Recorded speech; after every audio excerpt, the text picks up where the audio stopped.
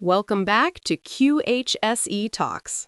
Today's episode is one of those chapters that everyone thinks they know until they realize how much is actually at stake when it's misunderstood. Because fire is familiar. We see it in training videos, emergency drills, and investigation reports. But familiarity is dangerous. It creates the illusion that fire is unpredictable, sudden, or the result of a single bad decision. In reality, fire is none of those things. Fire is not an accident. It is a chemical reaction operating under strict physical laws. And in professional safety practice, anything governed by laws can be anticipated, controlled, and, most importantly, prevented. That is why Chapter 12, Fire Prevention and Protection, is not a response chapter. It is a design chapter. It is about how facilities are built, how materials are classified, how energy is managed, and why time is either given to a fire or taken away from it. If you wait until flames appear, prevention has already failed. This chapter forces us to think upstream, long before ignition sources, long before alarms, long before suppression systems activate. It asks a much harder question. Why were the conditions for combustion allowed to exist in the first place? Because fires do not start with ignition. They start with alignment. Alignment of fuel, oxygen, heat, and an uninterrupted chemical chain reaction. The Fire Tetrahedron is not a diagram to memorize. It is a warning, a reminder that fire only survives because systems, designs, or behaviors allow all four elements to coexist. And this is where safety professionals separate themselves from firefighters. Our job is not to fight fire. Our job is to break the system that allows fire to occur. This chapter connects disciplines that are often treated separately: industrial hygiene, process safety, engineering controls, and emergency preparedness. It explains why ventilation placement matters, why storage limits matter, why the physical properties of a liquid dictate how a building must be laid out, and why misunderstanding a single definition can turn a compliant facility into a high-risk one. Because in fire protection, terminology is not academic. It is regulatory. Every word, flammable, combustible, flashpoint, auto-ignition, represents a threshold. Cross that threshold, and the entire risk profile changes. And that's why we cannot start this conversation with equipment. We cannot start with extinguishers or sprinklers or alarms. We have to start with the language of combustion itself, with the definitions that quietly control design decisions, code requirements, and enforcement outcomes. Once you understand those definitions, you begin to see fire risk everywhere, not as fear, but as logic. So before we talk about flames or suppression or emergency response, we have to slow down and build the foundation correctly. So let's unpack the fundamentals. So if we are going to master fire safety, we have to start with the vocabulary of combustion. Yeah, Every single term is a defined regulatory threshold. it is. These definitions, they dictate everything. How equipment is designed, how facilities are laid out. Let's begin with a concept that measures a liquid's inherent hazard before it even, has a chance to catch fire. Let's talk about the flash point. The flash point is, it's the primary gauge of volatility. The formal definition is the minimum temperature at which a liquid gives off enough vapor to form an ignitable mixture with the air right near the liquid surface. Okay, so that's the first and most crucial measure of a potential hazard. It is. And the key distinction there, which I think often gets missed, Yeah. is that this doesn't mean it sustains combustion, right? No, not at all. It just means that if an ignition source is briefly introduced at that temperature, you'll get a flash, just a little flicker of flame that dies out almost instantly. So it's just a potential. Precisely. Now, if you keep heating that liquid, you'll eventually hit the fire point, which is where it produces enough vapor to sustain the flame after you ignite it. But for regulations, Yeah. for our purposes, the flash point is the number we care about. That's the threshold we measure because that's when the potential for fire starts. It tells us at what ambient temperature we need to apply special handling, ventilation, and all those storage rules. The lower the flash point, the more immediate the hazard. Now that volatility, that leads us right into the explosive limits, which are, they're defined not by temperature, but by concentration, the LFL and the UFL. Yep. This concept is so fundamental to engineering controls. What are we looking at here? Okay, so this is where the chemistry really becomes engineering. When you're dealing with flammable vapors or gases or solvents, a fire or an explosion can only happen when that substance is mixed with air within a very, very specific concentration range. Right. Below that range, the mixture is considered too lean. Too lean just means there's too little fuel. Correct. We call that limit the lower flammability limit, or LFL. You'll also hear it called the LEL, lower explosive limit. Same thing. Same thing. If the volume concentration of that flammable vapor in the air is below the LFL, let's say it's 0.5% when the LFL is 1%, there just aren't enough fuel molecules next to oxygen molecules to successfully propagate that flame reaction. So it's safe, but only because you've basically starved the fuel side of the equation. Exactly. But if you keep adding fuel, or let's say ventilation fails, in a room where a solvent is evaporating, you start to climb that concentration ladder really fast. Yes, and eventually you hit the other side of the safety spectrum, the upper flammability limit, or UFL, sometimes ULL. Upper explosive limit. Right. This is the maximum concentration of a substance that's still capable of propagating a flame. If the concentration gets above the UFL, the mixture becomes too rich. Too much fuel. Too much fuel. You've saturated the air with fuel vapor, and you've actually displaced the oxygen you need for the fire. So it's like that common analogy of baking a cake, right? If you have too little flour, which is the fuel, the mixture just fails. Right. If you have too much flour and not enough liquid, which is the oxygen, it's just a pile of dry powder. Combustion only happens when the proportions are precisely right. And that's it. The most dangerous state is that atmospheric sweet spot, that narrow, invisible band that sits exactly between the LFL and the UFL. The entire focus of fire prevention is just staying out of that band. The entire focus. For example, the LFL for methane is around 5% concentration in air, and the UFL is about 15%. That 10% gap, that's the explosive range. I'm connecting that back to engineering. All ventilation systems in hazardous material areas are designed with one single explicit goal to make sure that the operating environment is maintained far below 10% of the LFL. So not even close to the limit. Not even close. You give yourself a massive safety buffer to make sure the atmosphere is always too lean to ignite. Wow. That puts an immense burden on having accurate LFL, UFL monitoring and making sure the ventilation system is working perfectly. It does, and it really underscores why the LFL is the fundamental design metric for engineers. You aren't just aiming to be below the limit, you're aiming for an administrative safety set point that's often an order of magnitude lower than the LFL. Because you have to account for failures. A sudden spill can't be allowed to accidentally push you into that flammable range. Okay, let's talk about the actual mechanism of fire itself.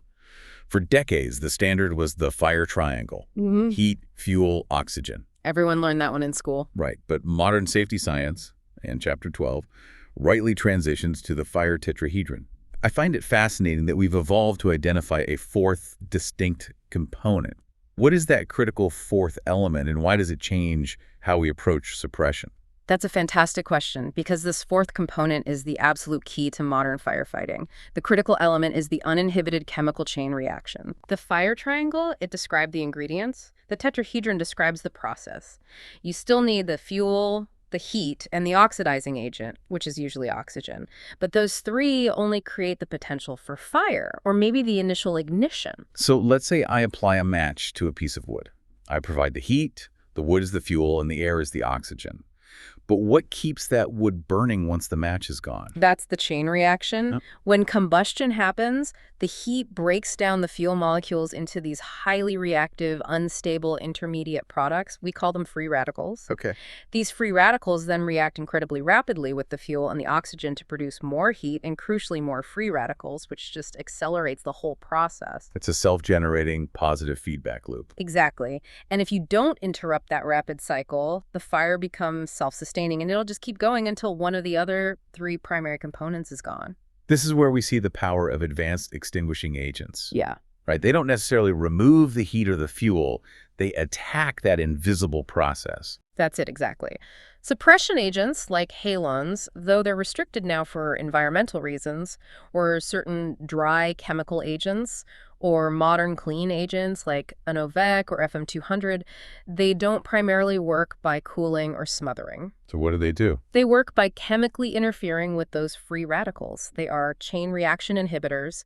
They flood the combustion zone, they scavenge those free radicals, and they just break the links of that chemical chain, which instantly halts the combustion process, even while heat, fuel, and oxygen might still be present. Which is why they're indispensable in, say, a data center. Perfect example. They extinguish the fire in milliseconds without any residue, preserving sensitive electronics that would be completely ruined by water or powder. Okay, moving from the chemistry of ignition to the physics of spread. Fire doesn't stay put. This is a crucial aspect of path of fire protection, understanding how heat moves and propagates a fire through a structure. Right. We have three mechanisms of heat transfer that dictate fire propagation: radiation, convection, and conduction. Let's start with the most dramatic one, the heat you can feel from across the room. That is heat transfer by radiation. This is thermal energy that's transmitted through electromagnetic waves traveling through space. It's a lot like visible light, except it's in the infrared spectrum. The energy is then absorbed by any surface it strikes, and it converts back into heat. So, if I'm standing near a fire, I feel that radiating heat on my skin. How does this translate to fire spread inside a building? Radiation is incredibly dangerous because it preheats adjacent fuels. The opposite wall, the contents of a shelf across an aisle, the ceiling materials, it brings all of them closer and closer to their ignition temperature. So it can jump. It enables a fire to jump or spread horizontally over significant distances without any direct contact or physical bridge. In big industrial fires, the radiant heat can ignite structures hundreds or even thousands of feet away. It essentially creates its own ignition sources way ahead of the main fire front. And that's why we have regulations on separation distances between buildings. Exactly, and compartmentalization within buildings. Okay, the second mechanism involves motion, the flow of heated gas, which is the bane of vertical safety. That would be heat transfer by convection. Convection is thermal energy that's transferred by the bulk movement of a heated fluid. In a structure fire, that means hot smoke and superheated combustion gases. And since hot gases are less dense, they rise. They rise rapidly. This is why fires in high-rises or shafts are so terrifying. Convection turns any vertical opening into a chimney. A chimney for fire. Precisely. Convection is the dominant mechanism for spreading fire vertically up stairwells through elevator shafts, and it spreads rapidly across the ceiling surfaces of a room in what's called the hot gas layer. And that moves uncombusted gases to clean areas. Exactly. It massively preheats materials and can lead to really dangerous phenomena like flashover, where the entire room is burst into flames all at once because everything has been brought to its auto-ignition temperature by that convective heating from the ceiling layer. And any opening, a window, a duct becomes a conduit. A conduit for that destructive force. And finally, the most direct, but often insidious, form of transfer. Heat traveling through a solid object. That is heat transfer by conduction. This is thermal energy transferred through direct contact between atoms, which is very common in solid materials. In a building, conduction means heat traveling through structural components that are excellent heat conductors. Metals. Typically metals, yeah. Steel beams, piping, ductwork. Give me a real-world example of how dangerous conduction can be. Okay, imagine a fire that's confined to a wall void on the first floor. A solid steel I-beam runs from that area up through the second floor, which appears completely untouched by the flame. Right. The steel beam conducts the heat rapidly. Eventually, the point where that beam passes through the second floor, where it's bolted to wooden framing or insulation, heats up enough to ignite those materials on the far side. So you get a new fire on a new floor. You have a fire starting minutes later on the floor above, purely because the metal conducted the heat right through the fire-rated barrier. Understanding conduction is essential for specifying insulation and fire stop materials around any penetrations in walls and floors. You have to make sure heat can't just bypass your fire barrier through a structural member. Wow. Understanding these three modes, radiation, convection, and conduction, it's just foundational to designing every single passive and active fire protection system. Because you have to fight the fire based on the specific way it intends to spread. Yeah. We've established how fire starts and how heat moves. Now we turn to the most critical component, the fuel itself.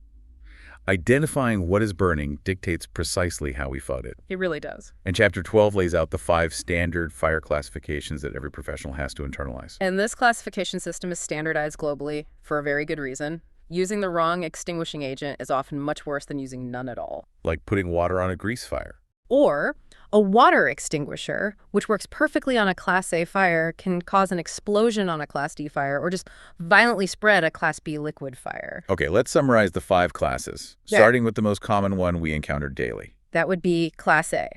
Class A fires involve ordinary combustible materials.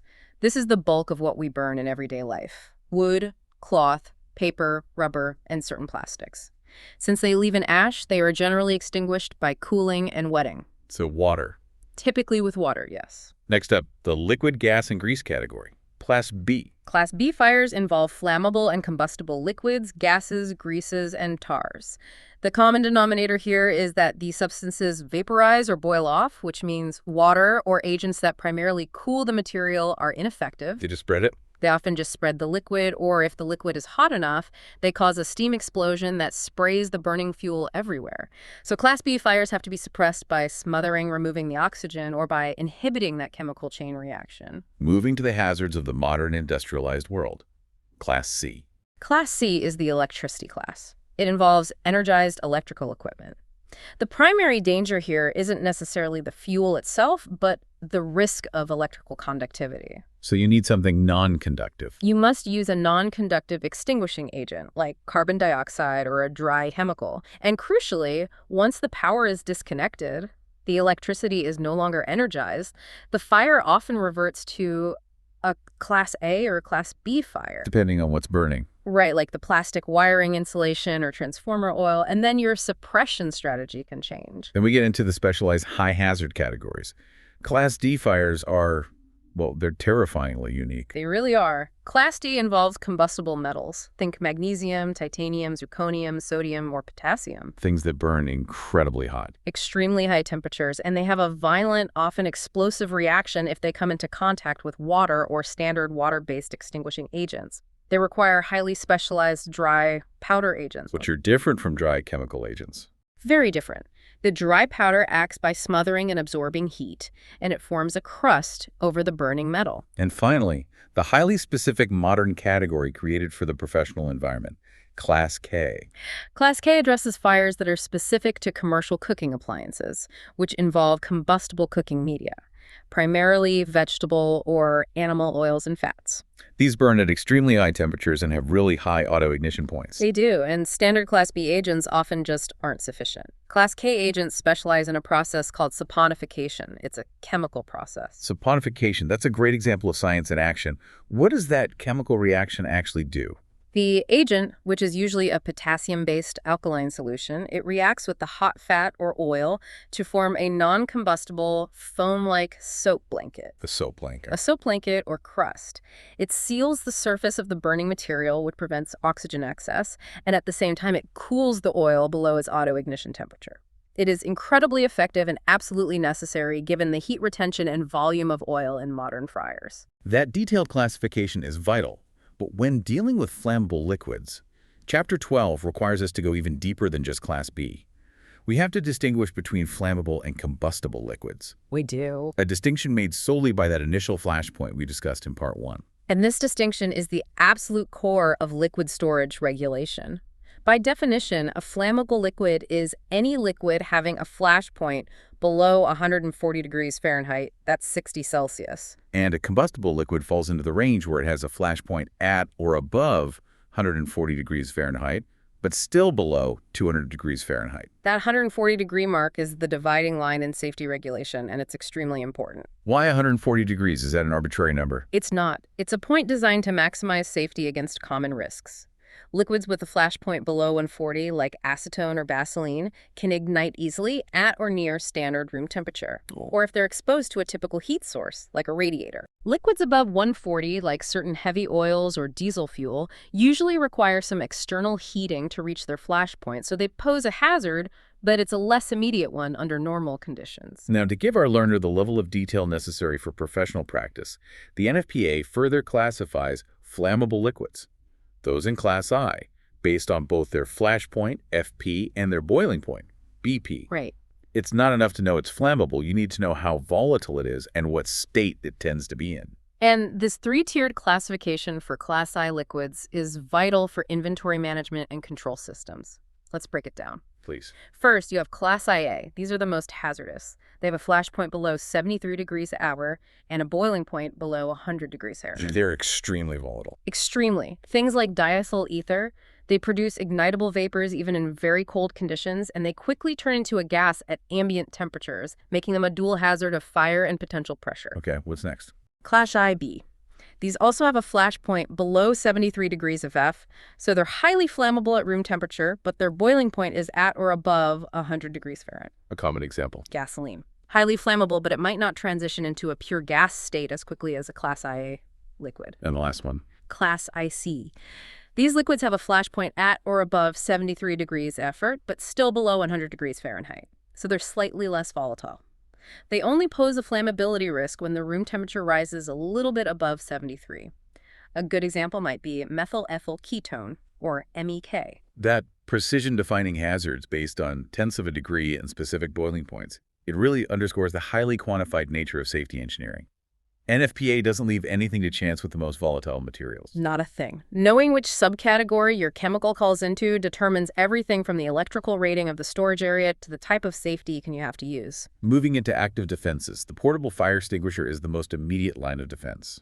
And the location, size, and type of unit are entirely dictated by the hazard level and the required travel distance. And Chapter 12 provides very specific data points that translate directly into operational requirements. It's crucial to understand what the numbers on an extinguisher label actually mean. A rating like 2A or 10B isn't arbitrary. Not at all. The number before the A relates to the equivalent water capacity or cooling effect. For Class A fires, the number represents the volume of water the extinguisher can dispense compared to a standard 1.25-gallon water extinguisher. So a 2A is like having 2.5 gallons of water. Exactly. And the B rating. The number before the B indicates the square footage of a non-spreading Class B liquid fire that a trained user can expect to extinguish. A 10B rating means it can extinguish a fire area of 10 square feet. It's all quantifiable based on standardized testing. Let's detail the placement and coverage requirements from the source material, because this is exactly what a safety manager or facility designer needs to know. Okay, starting with light hazard areas. These are places like small offices or classrooms with limited Class A and B hazards. The requirement is generally a 2A 10BC rated extinguisher. The C just means it's safe for electrical fire. Correct. The maximum travel distance to that unit is 75 feet. So an employee should never have to walk more than 75 feet from wherever they are to get to a suppression tool in a light hazard area.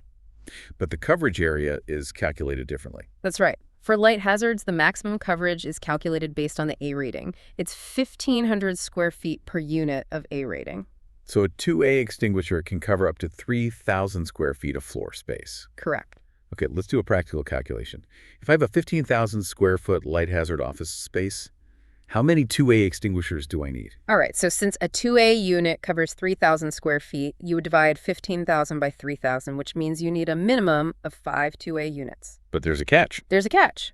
You must also ensure that every single point in that 15,000 square foot space is within 75 feet of one of those units. So you might actually need more than 5 to meet the travel distance requirement, even if 5 satisfy the square footage rule. Got it.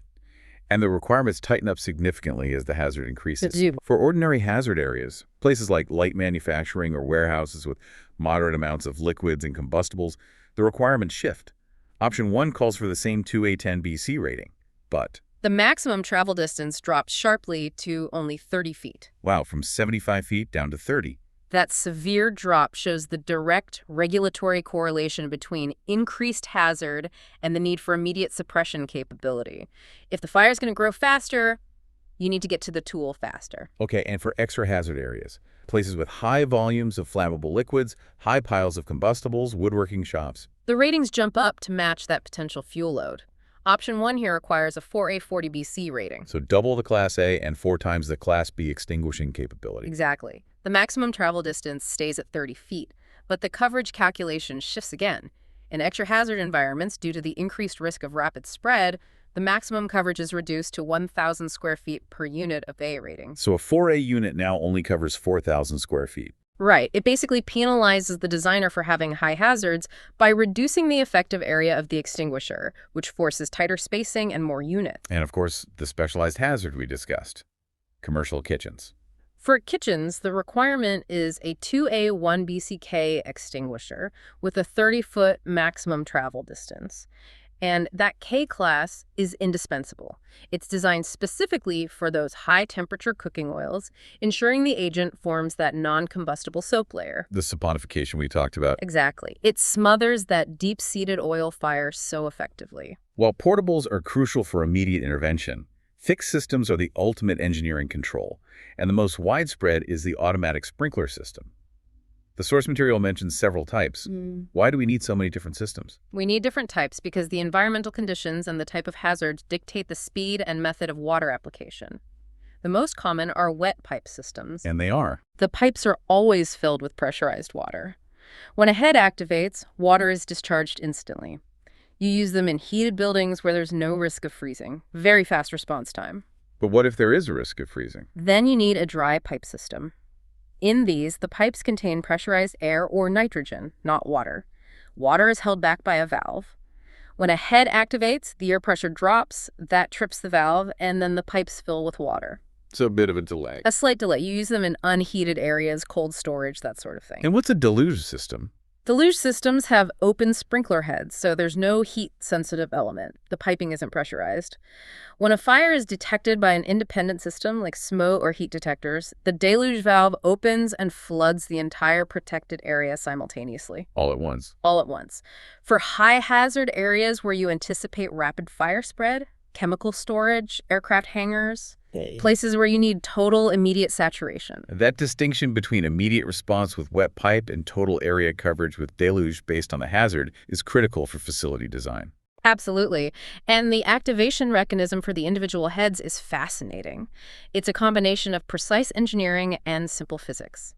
So how does the sprinkler head know when to activate? The sprinkler heads are the key.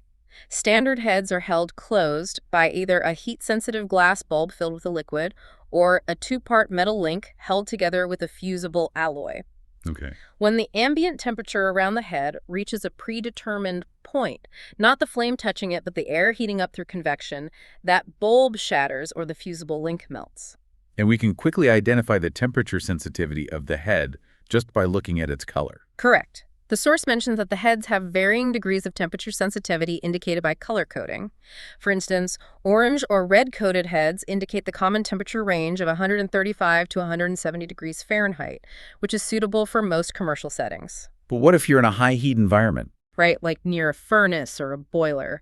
You'd specify blue or green heads, which activate at much higher temperatures, maybe up to 225 or 300 degrees, to ensure the system doesn't trip due to just normal operational heat. Before we leave active suppression, here is one of those great technical nuggets that the source material points out that bridges facility safety with municipal response. Oh, this is a good one. Fire hydrant caps are color-coded, specifically to indicate the flow rates of the hydrants. And that is tactical information that saves lives. It is not about municipal aesthetics. It is about immediate field metrics for the fire department. So what do the colors mean? Hydrants are rated based on their available gallons per minute, GPM. If a fire crew is responding to a huge factory fire that needs 2,000 GPM, they have to know instantly if the hydrant they connect to can deliver that water. For example, a red cap might signify a flow rate below 500 GPM, while a blue cap signifies a high flow rate, maybe 1,500 GPM or more. So that color coding dictates their entire strategy. Their entire strategy for laying hoses and fighting large-scale fires. It's a reminder that safety professionals have to think beyond their facility's fence line and consider the emergency response capabilities of the community water supply. Now we move to arguably the most complex area of fire prevention: managing flammable and combustible liquids, particularly in dedicated inside storage rooms. This requires a strict intersection of administrative, engineering, and passive controls. It does, to mitigate the profound risk these chemicals present. This part of Chapter 12 is entirely focused on preventing the creation of a flammable atmosphere. Right. We're talking about engineering controls designed to ensure that the fuel concentration never creeps into that dangerous LFL to UFL explosive sweet spot, even if you have a minor spill or leak. Okay, let's detail the requirements for these inside storage rooms, starting with the paramount engineering control: ventilation? The ventilation requirement is non-negotiable and highly specific. The room must maintain a mechanical ventilation system designed to provide a complete change of air at least 6 times per hour. 6 air changes per hour. ACH. That's the core metric. It is, and that metric is derived from regulatory modeling based on estimated maximum evaporation rates of stored solvents. The 6 ACH mandate is the fundamental engineering metric for mitigating vapor buildup. It ensures the atmosphere remains constantly diluted. Too lean to ignite. Too lean to ignite even if small amounts of volatile liquid vapors are escaping from containers. And you have to be able to prove through your design specs that your system meets or exceeds this standard. Next, let's address egress and access. Clear paths are critical if an emergency occurs. This is a combined administrative and physical control. Each inside storage room must maintain one clear aisle that is at least 3 feet wide. And the reason for that? It ensures rapid, unimpeded access for personnel trying to evacuate and for emergency responders trying to reach suppression tools or shut off valves.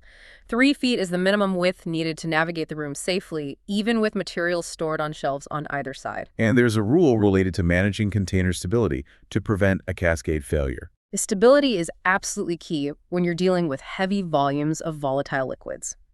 Containers over 30-gallon capacity shall not be stacked one upon the other. Simple enough. Simple but critical.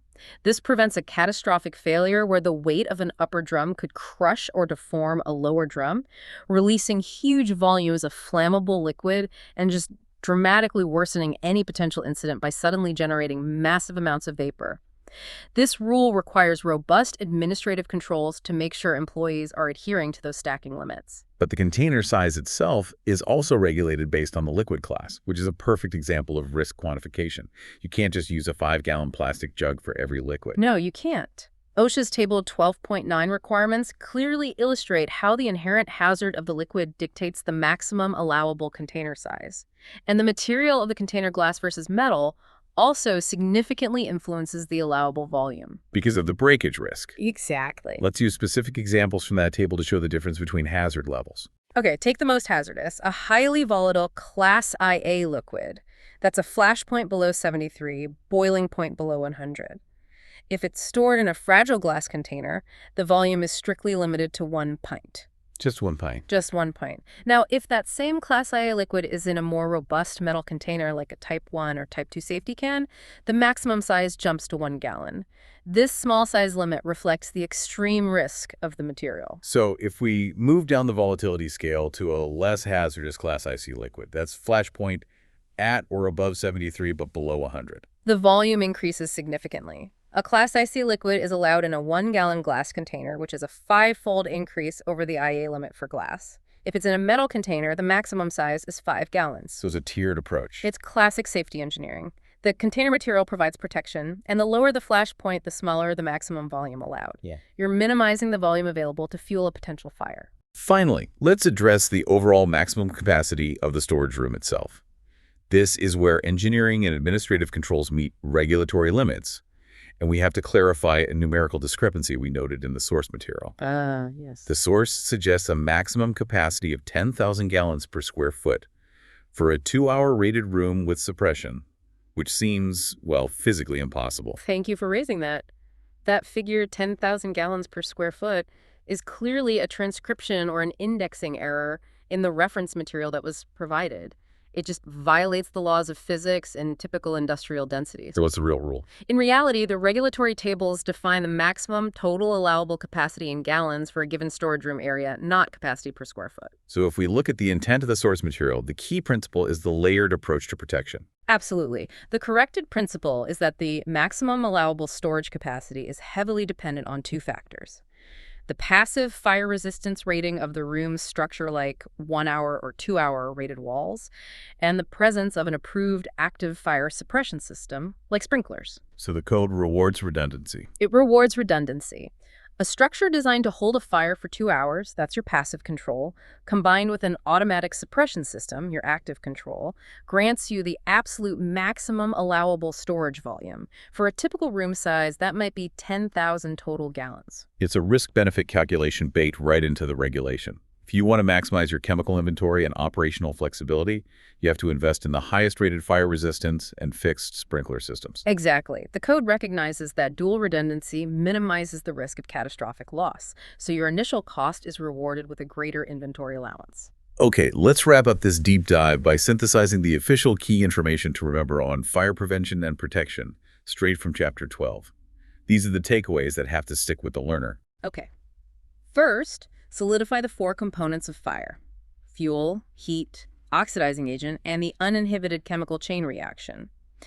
That last component is the mechanism targeted by modern clean agents. Second, know your fire classes without hesitation.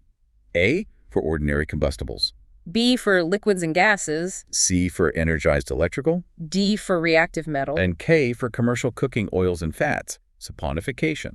And third, commit those flashpoint thresholds to memory. A flammable liquid has a flash point below 140 degrees FK, while a combustible liquid is at or above 140 degrees, but below 200 degrees Fahrenheit. Right. These numbers guide your storage, transport, and handling protocols every single day, particularly dictating container sizes and ventilation requirements. What stands out to me most about going through Chapter 12 is just how quantified and standardized everything is. Yeah. This isn't theoretical safety, this is mathematical safety. It really is. Every single variable is calculated, tested, and assigned a specific numerical requirement. It is, and the field demands that precision.